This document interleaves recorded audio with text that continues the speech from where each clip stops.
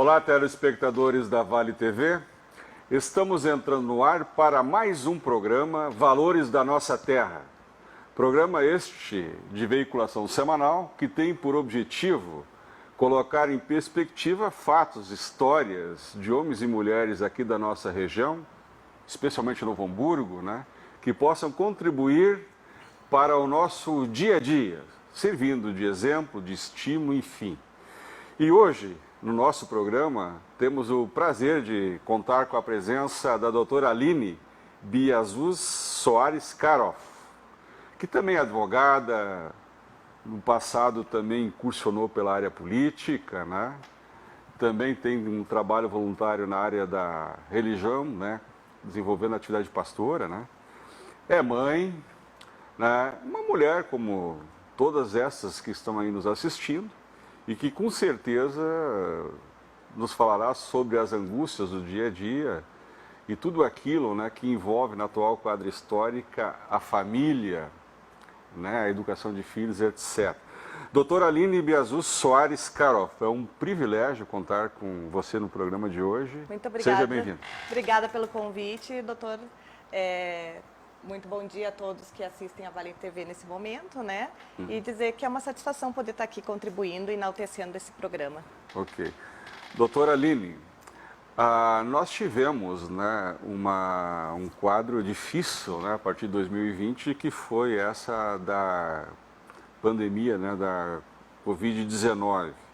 Junto com as decorrências desta moléstia, tivemos também, em face do que decorreu na vida de todos nós, nos negócios, na família, uma série de intercorrências que, com certeza, algumas delas devem ter parado no consultório, no gabinete do advogado.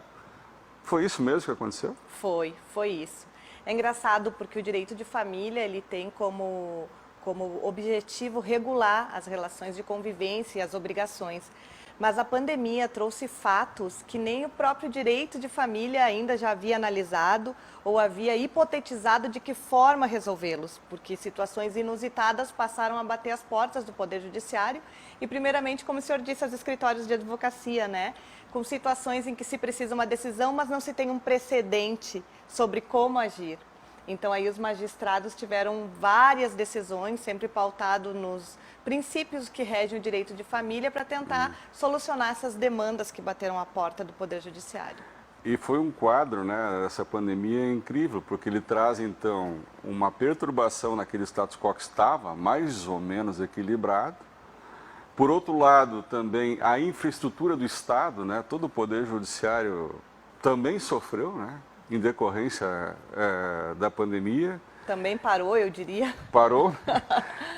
Contudo, as histórias de cada um dos brasileiros, dos gaúchos, e sobretudo aqui daqueles que vivem na nossa região, não parou, ela continuou o seu curso natural e agora agudizada também com uma série de circunstâncias ou de ocorrências que estavam a demandar a atuação do advogado e outra. Não só uma relação jurídica pura, desde que ela também estava impregnada por questões psicológicas e até mesmo de doença. Também. Então aquilo exigiu de vocês, eu acho que um traquejo todo especial, de recepcionar essa demanda e de encaminhá-la a isso. Sem dúvida, e também a inovação de pedidos, Como, por exemplo, as visitas. Nós tivemos situações de pais que são médicos plantonistas trabalhando dentro do centro Covid e a mãe, então preocupada com a contaminação da criança, pede para que essa visita seja suspensa. Mas aí a gente sabe que a Constituição garante o direito à convivência familiar e que esse direito é da criança e nem do pai nem da mãe, é a criança que tem direito a esse convívio. Então, uma das alternativas que eu achei foi se pedir, então, a visita virtual, onde então o pai pode conversar com o filho, fazer videochamadas, estar com o filho. Claro que não é a mesma coisa que a visita presencial, mas por um lado protege a criança daquele pai que estava totalmente exposto ao Covid, até porque no início não se tinham as vacinas, nem os protocolos eram bem certos quais seriam utilizados, E ao mesmo tempo aquele vínculo passa a ser preservado, digamos assim, de uma forma mínima, né, para que a criança não perca contato com o pai. Então, esse tipo de demanda se apresentou para que a gente pudesse dar uma solução. Curiosa a situação, né? Então, uma situação que já continha ali alguns ingredientes, né, que exigiam uma explicação, Sim. que é o afastamento, né, do pai ou da mãe, do convívio familiar e daquela presença constante com a criança. E agora a criança ainda tendo que conviver com uma realidade, né, quase que virtual, né, para não dizer virtual, né, de relacionamento com o pai ou com a mãe, né? Sim. Tempos incríveis estamos vivendo, né, doutora? É verdade, mas graças a Deus que hoje nós temos esse recurso, que eu creio que a pandemia veio por acelerar os processos tecnológicos, né? Eu passei a fazer consultas virtuais, coisa que a gente... Os médicos também. Que não é muito usual e que a gente ainda se sente um pouco dinossauro porque gosta desse contato corpo a corpo e olho no olho, mas algumas situações, infelizmente, de pessoas estarem em outro lugar do país, as fronteiras fechadas, o aeroporto fechado, não poder viajar, fez com que até as audiências agora, a gente está com o projeto aí, o Juízo 100% Digital, onde as audiências também acabam sendo online, né? Pegar esse último ponto, né? Eu não que eu me considere assim retrógrado ou atrasado nesse assunto, né? Até porque eu tenho negócio na área da tecnologia. Mas veja, tornar a justiça totalmente digital, sobretudo nesta realidade, que é a realidade do direito de família e de outras, né? Que estar com a parte, olhar nos olhos, sentir as reações, ler nas entrelinhas, não só aquele que está peticionando, mas também os demais que compõem, às vezes, aquela relação. Não é um pouco complicado, assim, nós não haveremos de ter aí uma perda, sobretudo naquele campo da sensibilidade da decisão. Ou seja, nós vamos acelerar a decisão, mas não vamos ter perda aí. Eu acredito que sim. Eu não sou muito adepta do juízo 100% digital, eu acho que em algumas ocasiões até pode ser uma tentativa de um acordo, de repente, onde se faz uma negociação, mas agora tornar 100% digital se tem muita perda, sem dúvida, porque o direito de família, bem como o senhor falou, é necessário ter uma percepção dos fatos, né, que de fato estão ocorrendo e que às vezes numa fala, numa pergunta, denuncia de fato que está escondido ali atrás dos autos, né. Então, se por um lado se tem um ganho, porque o processo não para, entre aspas, por outro lado se tem uma perda, né. Então, sobretudo em situações mais complexas, como uma audiência de instrução, onde se precisa ouvir testemunhas, onde é necessário que elas falem para o juiz a verdade, e de repente essa testemunha está num ambiente que a gente não sabe nem onde, talvez alguém com cartazes falando alguma coisa, e nós não temos como perceber isso, né? Temos tido alguns relatos, né, país afora, de que essas audiências de instrução que são feitas à distância, né, sobretudo distante do olhar daqueles que estão ali a comandar, né, a audiência, tem pregado algumas peças, sobretudo essas, né, de estarem lendo ou mesmo estarem sendo conduzidas pela própria parte, né.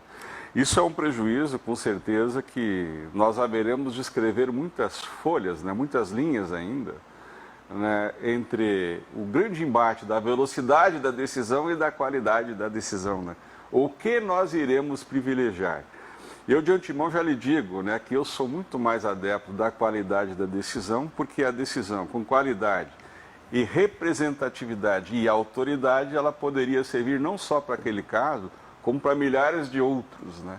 Ao passo que uma decisão formatada eletronicamente só para dar curso ao processo chegar ao fim, nem sempre ela contém ali aqueles ingredientes, né, que nós podemos extrair deles ensinamentos, ou mesmo servir de parâmetro para os demais, né? Eu não sei se eu deliro nessa área ou tem um fundo de verdade. A sua percepção, como é que é? Sem dúvida, né? Sem dúvida. Até porque o que as pessoas também não entendem, muitas vezes no direito de família, que às vezes as pessoas litigam não apenas por uma questão jurídica, Mas atrás da questão jurídica existe algo psíquico entre aquelas partes que muitas vezes querem estar ligadas, nem que seja através do processo litigioso. O processo é o elo.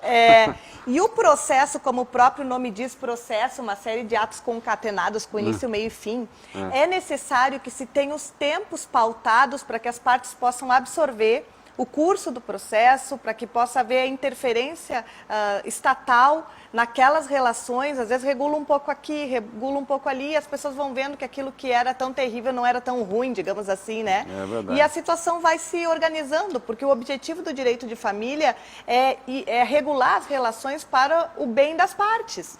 Não é dizer vitorioso ou perdedor, ou tem direito ou não tem direito, mas sim poder fazer com que o Estado, através da sua chancela, possa dar àquela família uma melhor qualidade de vida naquela situação vivenciada. É verdade. Aproveitando esse deixa, né? Então, a família é o bem jurídico a ser tutelado, né? O processo é o meio que se usa, né, para isso. Né?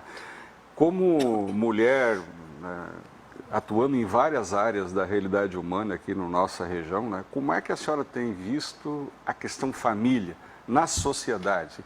Como é que nós poderíamos hoje estar lendo a questão família? Bom, a família se modificou bastante, né? Inclusive com o amparo jurisprudencial. Aquela família tradicional, pai, mãe e filhos, nós sabemos que hoje ela está quase que em extinção, e defendê-la muitas pessoas têm recebido como uma ofensa, o que gera também uma certa preocupação, né?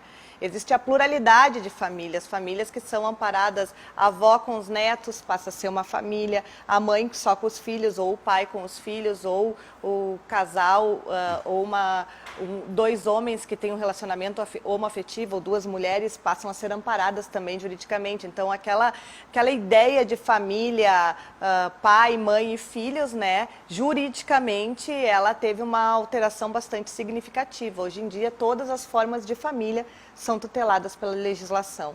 Isso. Nós estamos hoje conversando com a doutora Aline, né, Karoff, né, e vamos fazer um pequeno intervalo e voltamos em seguida.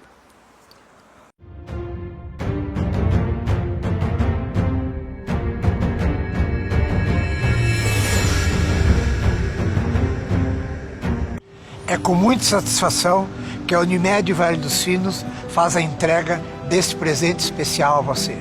É o novo Hospital Unimed, referência em tecnologia, inovação e humanização.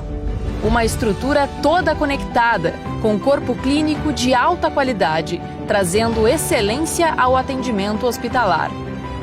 Unimed Vale dos Sinos. Cuidar de você. Esse é o plano.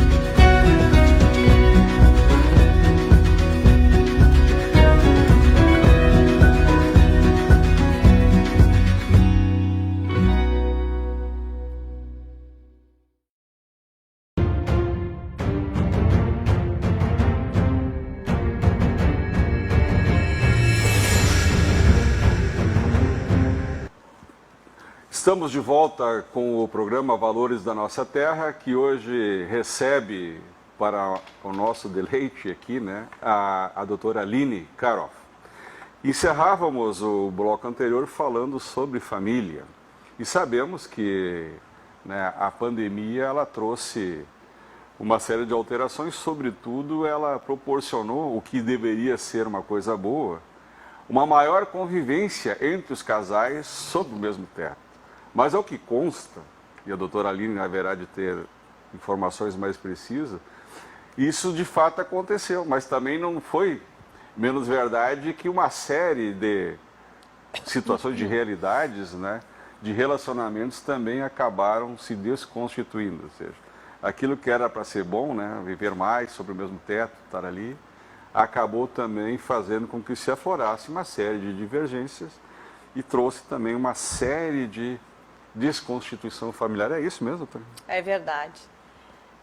Infelizmente, o número de divórcios, ou felizmente, depende sobre que perspectiva, né, aumentaram consideravelmente a partir de 2020, né, a partir do período da pandemia. O número de violência doméstica também se intensificou de uma forma muito grande. E aqueles casais que tinham o seu matrimônio baseado no ativismo, o que eu quero dizer com isso é manhã, tarde e noite compromisso, basicamente só se encontravam ali 6, 8 horas para dormir, no outro dia tudo de novo, tiveram que se enfrentar realmente como são, né, nas suas virtudes e nos seus defeitos, e olhar olho a olho e ver o que realmente ainda restava daquele relacionamento, ou se restava alguma coisa ou não, né? E a partir daí, então, as famílias começaram a se dissolver, porque as pessoas tiveram o tempo para parar e olhar e ver se realmente havia sentido em manter aquele relacionamento ou se estavam ali só por causa de uma estrutura agregada, né? Isso aconteceu na nossa região. Houve disparo desses números. Houve números muito grandes de divórcios, né? Pedidos liminares, inclusive, por ser um direito potestativo. Sim. O divórcio independe da vontade da outra parte. Exato. E a violência, ela se concentrou mais assim na mulher ou no homem, ou também isso se estendeu às crianças? Tivemos casos também? Tivemos casos de abuso de crianças, porque aquela criança que não é protegida, que não é cuidada, ela encontrava o refúgio na escola, a proteção nos professores, nos agentes sociais, na diretora, né? Era ali que aquelas crianças eram tuteladas, digamos assim. E a partir do momento que se fecharam as escolas e muitos pais e mães continuaram trabalhando, essas crianças ficaram à mercê de vizinhos, de terceiros ou até sozinhas na sua própria casa. E a partir daí foram vítimas de abuso severo.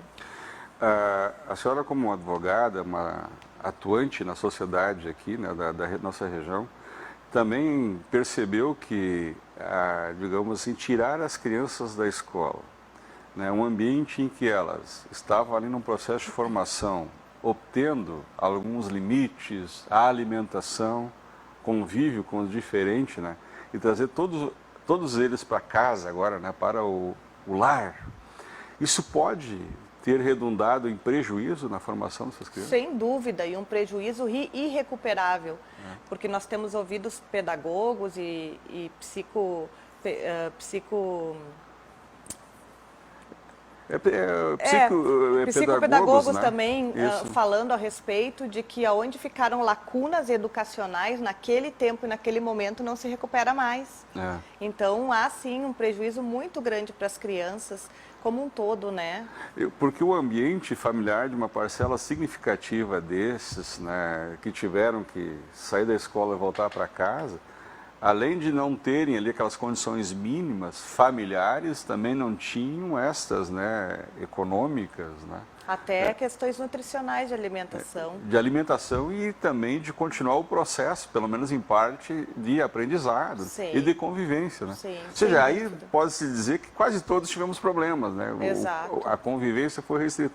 Mas para as crianças, né, que estão naquele processo de ebulição, isso foi grave. Foi né? muito grave, dos dois pontos de vista. Das crianças menos favorecidas financeiramente, porque ficaram sem ajustes, sem receber estudo, sem receber alimentação. E das crianças que fazem parte de uma outra parcela, que passaram a ter aulas online, isso gerou um extremo sofrimento e um estresse, porque as crianças passaram a ter que, da noite para o dia, lidar com o Google Classroom, com tarefas, com temas, crianças que tinham vergonha de, em frente às câmeras, perguntar para a professora porque não entendeu. Então, gerou uma série de decorrências psicossomáticas que as crianças também sofreram como um todo.